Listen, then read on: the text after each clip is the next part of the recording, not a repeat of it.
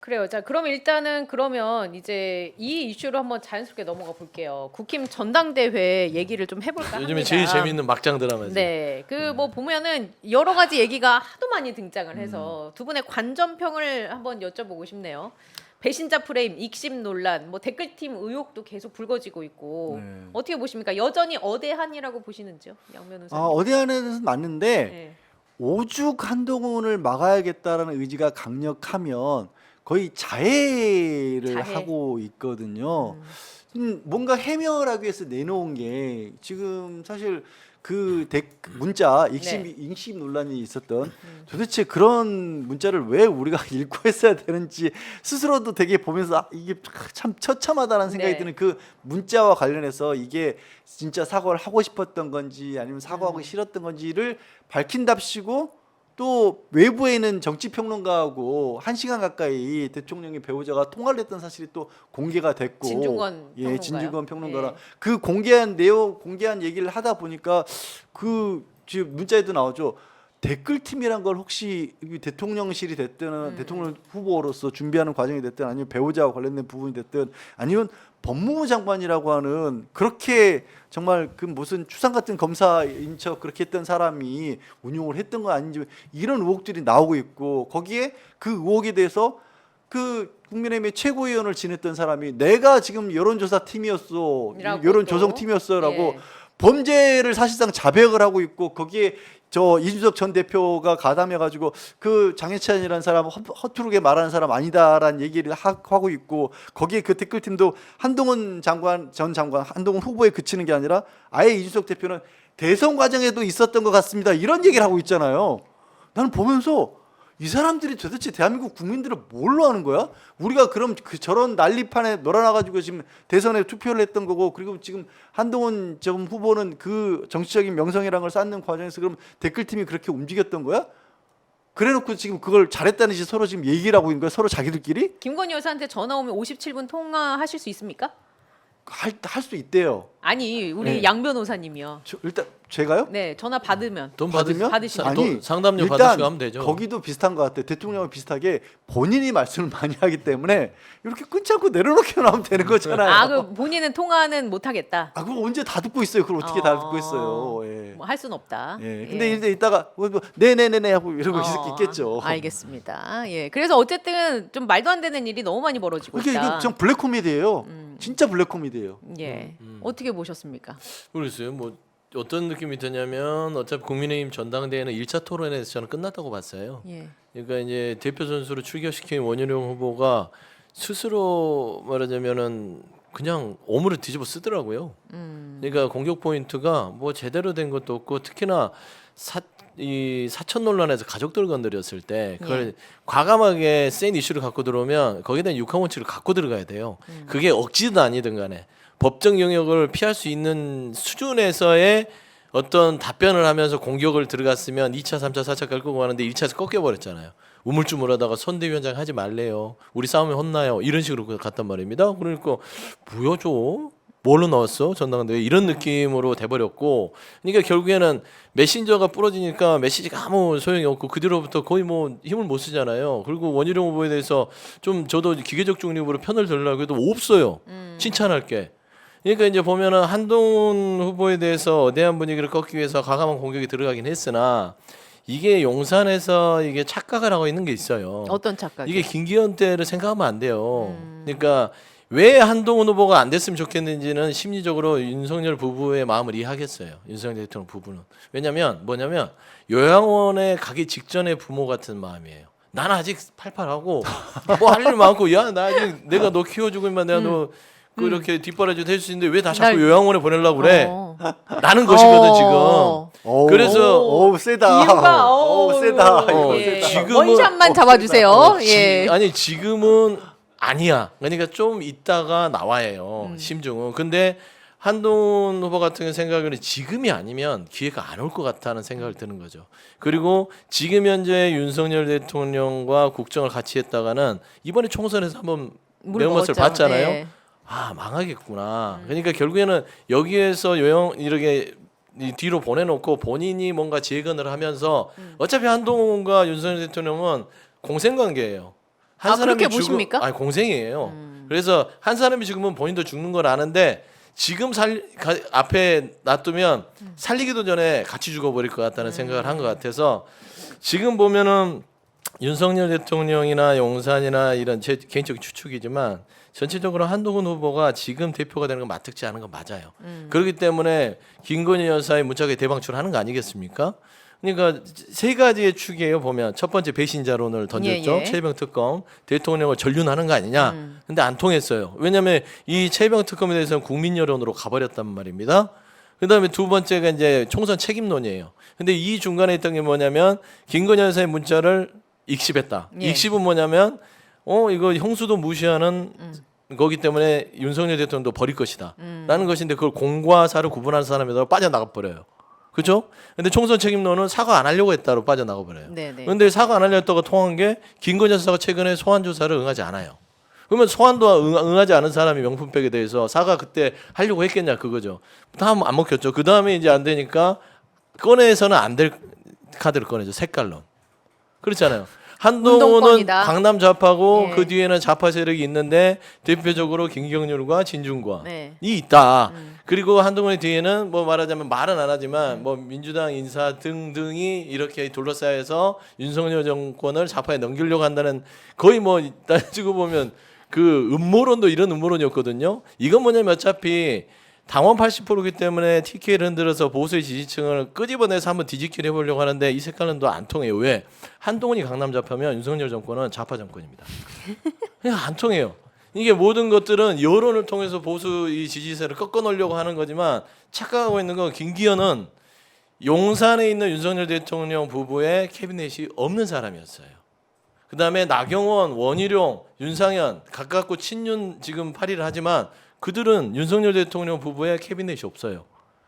한동훈 후보가 그 얘기를 했잖아요. 그만하십시오. 모두 공개하면 위험해진다. 내가 입만 열면 다 죽는 거야.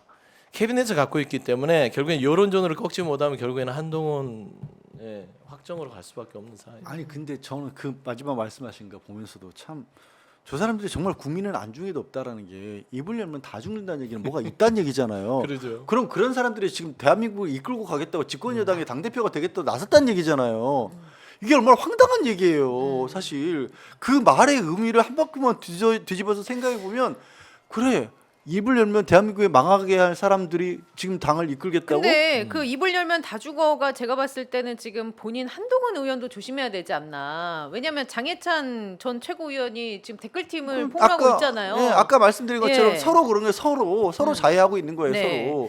그 부분은 그러면은 이제 어떻게 보십니까? 그 부분을 좀 짚고 넘어가야 할 것 같은데 당시 장해찬이 직접 여론조성팀 관계자들에게서 받았던 메시지라면서 기록 4개를 공개를 했어요. 그중에 이제 2023년 11월 6일에 주고받았다는 텔레그램을 보면 이때가 한동훈 후보가 현직 장관 재직 시절이거든요. 여러 가지 이슈가 있습니다. 2023년 7월 29일 이화영 이슈는 좀 더 끌고 가자 이런 발언도 눈에 띄고요. 이거는 재판에도 영향을 줄 수 있는 부분 아닙니까?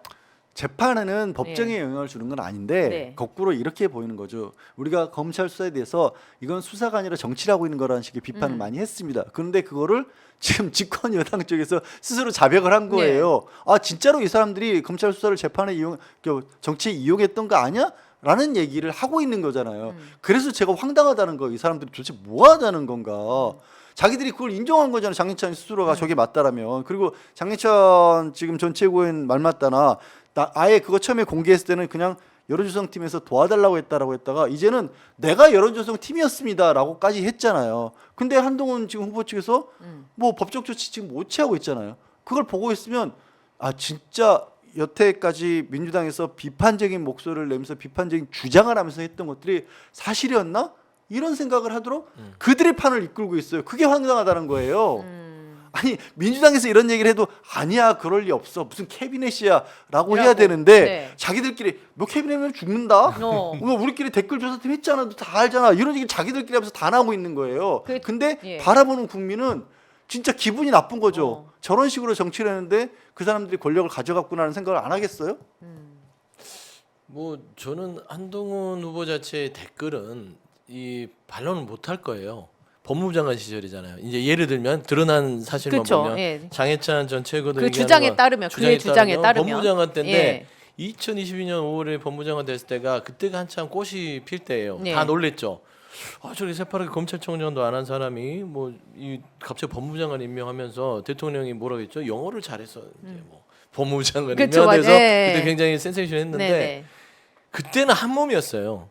지금도 한 몸이지만 지금은 조금 나서지 마세요. 형 부부, 형수 가만히 계세요. 예. 제가 다 정리할 테니까 나서지만 마. 그럼 내가 한 3년간 누릴 수 있는 거 누리게 해줄게라는 차원에서의 공생관계라면 그때는 이 두 사람이 한동훈이라는 인물을 키웠잖아요. 그렇죠. 저기 있는 검사를 예. 이렇게 쭉해서 법무부 장관까지 키워오는 과정에서 결국 이 법무부 장관 한동훈의 댓글팀은 누구를 위해서 했겠습니까? 그때 한동훈 법무부 장관은 민주당의 저격수로서 대표였잖아요. 그럼 이 사람의 이미지 관리와 이 현 윤석열 정부의 야당과의 이 싸움에서 한동훈을 보호하고 이 국정에 대한 여러 가지 안 좋은 여론에 대응을 했어야 돼요. 그러면 그 뒤에 한동훈 법무장관이 혼자만 했을까요? 그게 아닐 것이다라고 보는 거예요. 용산도 있을 것이고 김건희 여사의 문자를 보면 댓글팀이라는 존재를 서로 공유하고 있었잖아요. 그러니까 저는 한동훈 이 후보 자체가 이 댓글에 반응하는 순간 이제 난리가 나는 거죠. 이거는 민주당에서는 이거는 무조건 수사를 요청할 겁니다. 예. 댓글팀 이거 불법적으로 예전에 그 원세훈 국정원이랑 그쵸. 그 김문수 예. 국정원 댓글 사건도 있었고 우리 뼈 아픈 우리 김경수 네네. 지사님 그 둘킹 사건도 둘킹, 있었잖아요. 예. 말도 안 되는 거지만 하여튼 이 정도로 따지고 보면 수사를 하면 불법성이 드러나기 때문에 이거는 반드시 해야 되고요.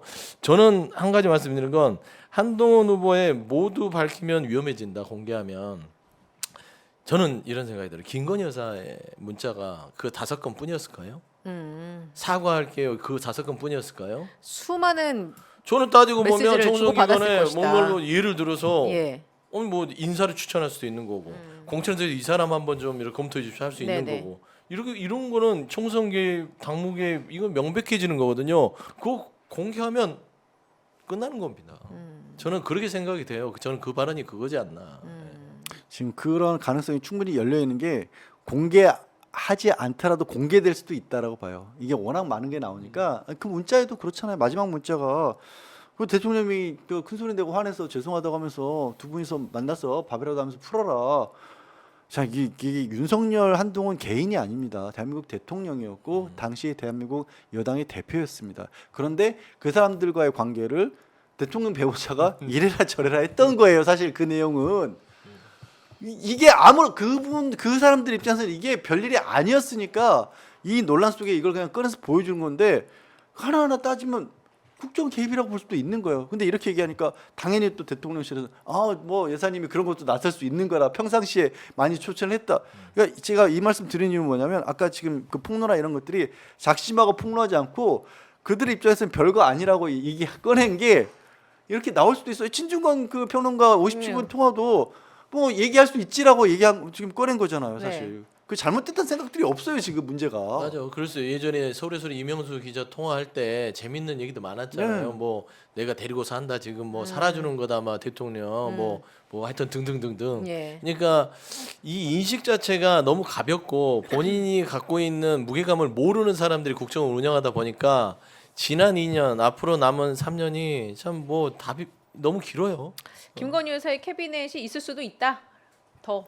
아니, 라고 보시는 많죠. 거죠? 이제 예. 방출이 안 될 뿐이지. 저는 그거를 한동훈 후보가 막을 거예요. 왜냐하면 방출되면 본인도 죽거든. 이러다 다 죽어. 아니 공생관계니까. 예. 과거에 과거의 공생관계지만 정치적으로도 윤석열 정부가 예를 들어서 탄핵으로 먼저 무너지면 한동훈도 사라지는 거예요. 그렇기 때문에 3년을 버텨줘야 자연스럽게 본인이 그 공을 가지고 향후에 큰 그림 그릴 수 있다라는 측면에서 뭐 싫어도 지켜줄 거예요. 그럼 장해찬은 왜 이러는 걸까요? 왜 이렇게 들고 나오는 걸까요?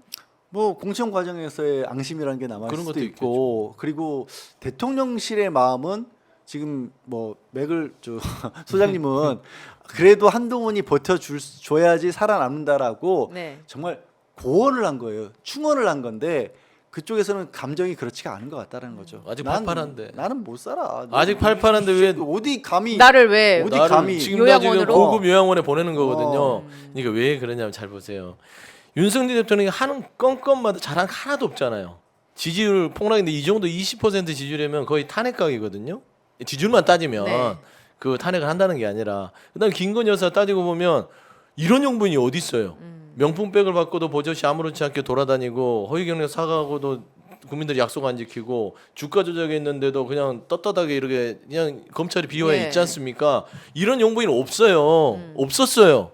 그럼에도 불구하고 버티니 이 두 단초를 드러내지 않는 이상 국민의힘이나 향후에 보수가 집권한다는 거는 어불성설이다라는 측면에서 본인이 살려면 이들을 데리고 가야 되는데 이들을 또 무너뜨리면 본인도 괴멸이 되는 거예요. 보수의 괴멸은 탄핵을 통해서 사라지는 거거든요.